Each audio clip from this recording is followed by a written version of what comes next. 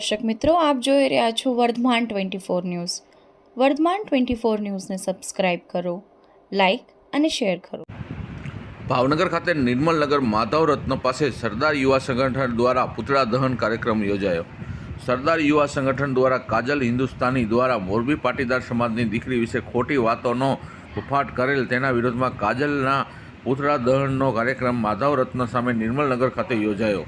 કાજલ હિન્દુસ્તાની વિશે સૂત્રોચ્ચાર પણ કરવામાં આવ્યા હતા. સરદાર યુવા સંગઠનના હોદ્દેદારો તેમજ કાર્યકર્તાઓએ ઉપસ્થિત રહ્યા અને સૂત્રોચ્ચાર કર્યા હતા. વર્ધમાન 24 ન્યૂઝ, પ્રવીણ અરજાણી, ભાવનગર. ઓકે, આપનું ઘનશ્યામ ગોરસિયા.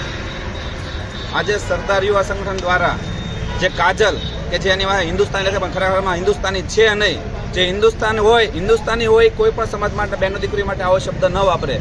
આજથી 9 મહિના પહેલાં મોરબીની દીકરીઓ માટે સુરતના એક પ્રોગ્રામમાં સ્ટેજ ઉપરથી બોલ્યા કે 9 મુસલમાનના છોકરા હારે પાટીદારની દીકરીઓ કે જે એકાબીજા માટે બોયફ્રેન્ડ ફેરવે છે. પહેલે તો એની વાતમાં તે સસ્તી પ્રસિદ્ધિ મેળવવા માટે આવી વાતો કરે છે.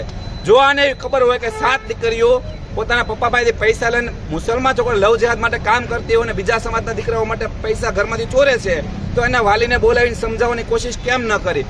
ફક્ત ને ફક્ત મીડિયામાં હાઇલાઇટ થવા માટે સસ્તી પ્રસિદ્ધિ મને બનાવી બેઠેલી વાતો છે અને આ વાત તદ્દન ખોટી છે.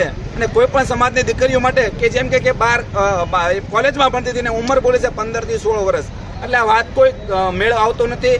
ફક્ત ખોટી વાતો છે, પોતાની ટીઆરપી વધારવા માટે કરેલી વાતો છે. એટલે પાટીદાર સમાજ આ કાજલનો ચુડેલનો સંપૂર્ણ વિરોધ કરે છે અને કાજલ જો પાટીદાર સમાજની માફી નહીં માગે તો ભવિષ્યમાં આનાથી પણ આક્રમક પ્રોગ્રામ આપવામાં આવશે. અને કાજલની હિન્દુસ્તાની કહેતી તેવડ હોય તો ભાવનગર જિલ્લામાં એક પણ સ્ટેજ પ્રોગ્રામ કરે, કેમ પ્રોગ્રામ થાય છે એને ખબર પડે. જય